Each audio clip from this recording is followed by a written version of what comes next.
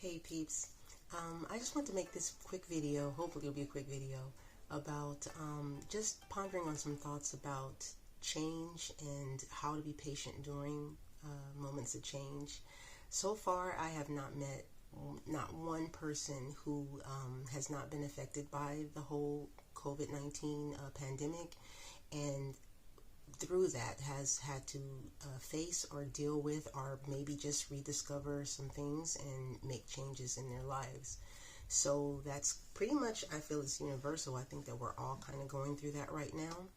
And some of them are good changes, some of them maybe not so good changes, but either way, I just wanted to touch upon the importance of having patience. And yes, that's very difficult. I am not one to be that patient. I have my limits, I guess. But anyway, so I just wanted to touch upon some things, some things I was just thinking about. So one thing I wanted to mention was that sometimes, as far as in a positive sense, when you're embarking upon something new or you're closing a chapter or opening a new chapter, and that seems to be happening a lot during this pandemic, sometimes you may feel the urge or the need for it to change right away. And it can be very hard when maybe you can even see some inklings of it. You can sense that something's happening. You get little hints along the way that you're going in the right direction and things are improving, or you're going to embark on something that's going to be awesome. However, in the meantime, it takes patience, basically. So I know for myself, it's very easy for me to, first of all, I'm pretty indecisive. So once I do make a decision, I'm like, okay, let's go. But that's not always possible, and it goes back to being patient. It goes back to having faith and having trust in Allah. So I'm Muslim. We say Allah, which means the God, but some people refer to God or Creator, the Most High, things like that. But anyway, so you have to have faith and you have to have patience to get through it. And one thing I was pondering about is, sometimes when it comes to pathways and journeys, there can be two different types. You can either go around the mountain or you can go over the mountain. So usually if you go around the mountain, that's the long, slow process. Gradually, when it comes to a difficulty, gradually it'll change. The climate starts to change a little bit. The maybe the road becomes rockier. You're getting off the beaten path, and you're going into more desolate. Or I'm using these as metaphors. Or the road gets narrower. So as you're embarking upon a new journey, and it may be a good one, or it may not be a good one. Sometimes it happens gradually, and it gives you a chance to acclimate. It gives you a chance to prepare and to strengthen along the way.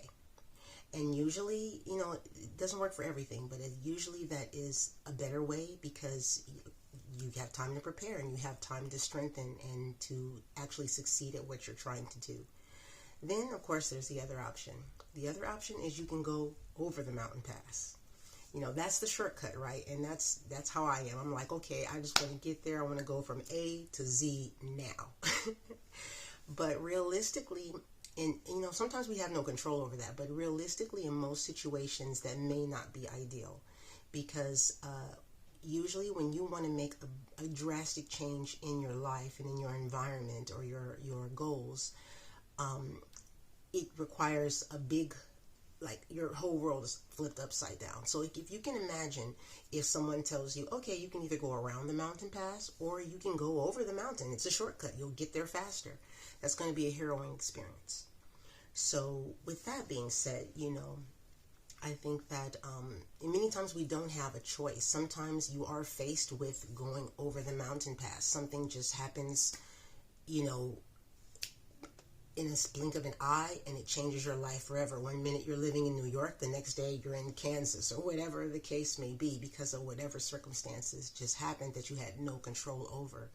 But in either way, I go back to say that if you're waiting for that change, and you have hope, and and you're working towards that, and it just seems like it's just not going fast enough for you, try to have patience, try to stay the course, try not to give up, try not to lose faith, try not to get angry, and just keep at it, because sometimes you feel like you know in your heart that you're doing the right thing, and then you feel like there's so many obstacles and so many roadblocks, and you're like, well, why?